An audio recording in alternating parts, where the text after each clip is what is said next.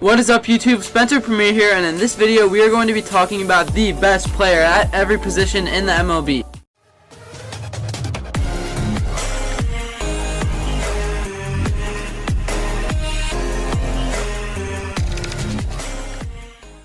Before we get into this video, I would like to ask you to smash the subscribe button, obliterate it, click the subscribe button until you can't even feel your hand no more. But make sure when you are done that the subscribe button is still great, because I do not want you to unsubscribe. But in all seriousness, I do appreciate every single subscriber that I have and everyone that watches my videos. And if you aren't subscribed, please do subscribe. It really helps me out a lot. But anyways, let's get into the video.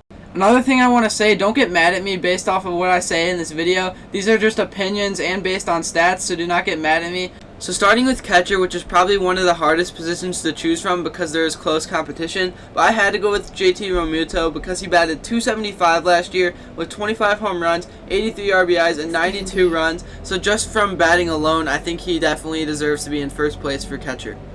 Now moving on to the best pitcher in the MLB, I have Jacob deGrom. In 2019, he had a 2.43 ERA, and in 2018, he had a 1.70, so that is crazy. That is really good, and he had 2 Cy Youngs along that in 2018 and 19. He won in both years, so I definitely had to put him as the best pitcher in the MLB for right now.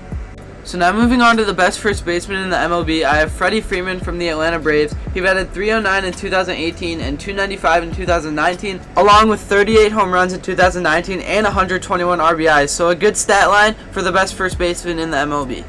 Now moving on to the best second baseman in the MLB, I would give this one to Jose Altuve, but I'm not going to pick a cheater for this one. I'm going to give it to Ketel Marte. He batted .329 last year, which is actually really good, with 32 home runs and 92 RBIs, so I had to give it to him. I was debating on giving it to LeMahieu or Marte, but I had to pick Marte because he had better stats last year.